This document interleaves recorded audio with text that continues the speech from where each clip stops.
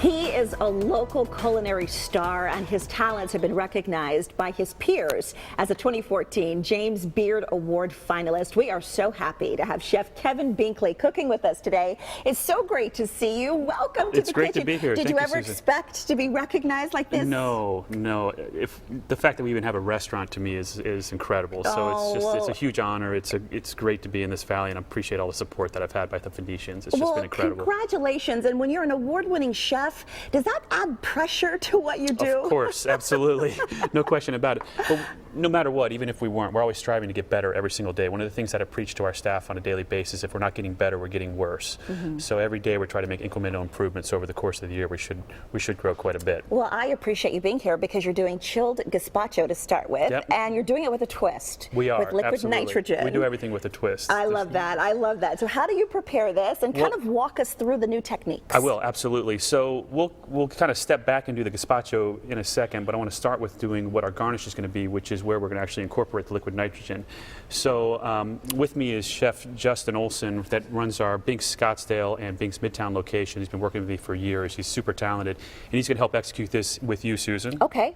And right. We said we would do this with no heat, right? We would do this with no heat. Yeah, it's going to be very cold, negative 321 degrees. But what we did is we took some of the ingredients that we have, some of the key ingredients that we have in the gazpacho itself. So we have red bell pepper, some yellow bell pepper, some beefsteak tomato, and we also have some cucumber and wasabi juice. And these are liquid form. They're liquid form. So we juiced them late last night before we left work to come in here to do this morning. And what we're going to do is we season these, and we're going to drip those into liquid nitrogen, and they'll form small frozen beads, and we'll use that as a garnish later in the soup. So if you want to get started on that, so why don't you grab these two? Okay. And then, Chef, if you could take care of these. So what is the trick here? There is no trick. That's the beautiful thing, and that's why we've succeeded in cooking. You actually want to go into that one over there. Yep, and you can't do it wrong. Just follow his lead. But the idea is this is going to make a great frozen garnish. There you go. So it's Don't making be shy. beads. Look at that. It'll shatter instantaneously because it's so incredibly cold. It'll form naturally into beads. So how is this changing the kitchens in America with all of these new techniques? And dramatically. There's so many products and so many things that are available to us. Anything from just the way we can resource things and use DHL and FedEx to get fish from Fiji within 3 days, or things like liquid nitrogen or tapioca maltodextrin. Products that we used to not be able to get our hands on are now available to us, and it really has changed kind of the face of the culinary arts, which is great. It's exciting. And also, I mean, the internet too as well does the same thing. Now, while the two of you are working on that, I want to take you through kind of more of a traditional process, which is how we're making the gazpacho itself, which our finished product is right here.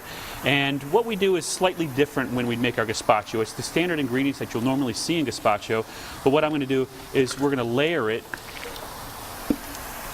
in this Cambro here, and for each layer I'm going to go ahead and salt each component. I'm going to add a little bit of sherry vinegar to each one, and then we'll toss it, and then we'll put it in the container. And I'll just go through that with each and every ingredient, and then you let that sit overnight.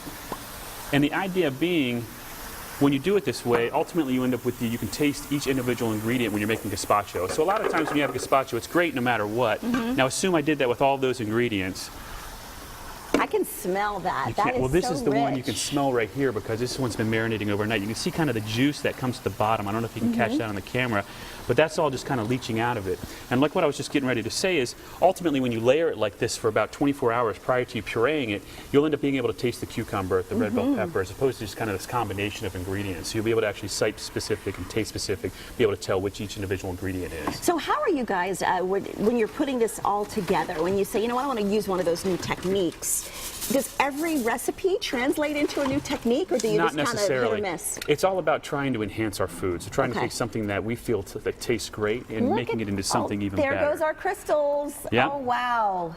How cool is that? Now that will go on as garnish. Now, that'll go on as garnish. Will it taste like red bell peppers? Oh yeah, absolutely. That's fresh juice. It's never been heated, so it's it's sweet because the peppers are in season right now. The tomatoes are as well, but it's a very true taste, and it freezes so incredibly quick you don't get crystallization. Perfect. Okay, we're going to put all this together. What are you making for us next? Next is going to be a chocolate dessert where we do 7 different types of chocolate. I love it. Okay, we're going to put all this together, let you see the finished product. And Binkley's restaurant is on SonoraLiving.com. chefkevin.com, and we are going to be making dessert coming up next, and we're going to taste that once it cools down just a bit. It needs to actually warm up is what it is. Yeah, that's true. That's true. It's already cold. We got to warm it up. That's for sure.